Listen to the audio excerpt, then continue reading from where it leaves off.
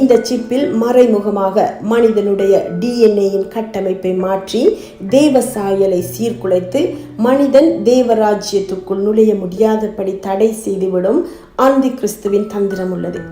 எனவே தான் மிருகத்தையும் அதன் சொரூபத்தையும் வணங்குகிறவர்களுக்கும் அதனுடைய நாமத்தின் முத்திரையை தரித்து கொள்ளுகிற எவனுக்கும் இரவும் பகலும் இளைப்பாறுதல் இராது. அவன் அக்கினியினாலும் கந்தகத்தினாலும் வாதிக்கப்படுவான், அதாவது நரகத்தில் தள்ளப்படுவான் என வேதாகமத்தில் எழுதப்பட்டுள்ளது.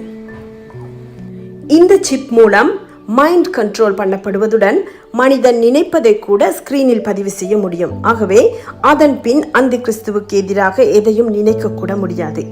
ஆகவே உங்கள் மூளையினால் சுயமாக சிந்தித்து செயல்படக்கூடிய நிலையில் நீங்கள் இருக்கும் இப்பொழுதே வேதத்தின் துல்லியமான இந்த கடைசி கால எச்சரிப்பை ஏற்றுக்கொண்டு சிந்தித்து செயல்படுங்கள்.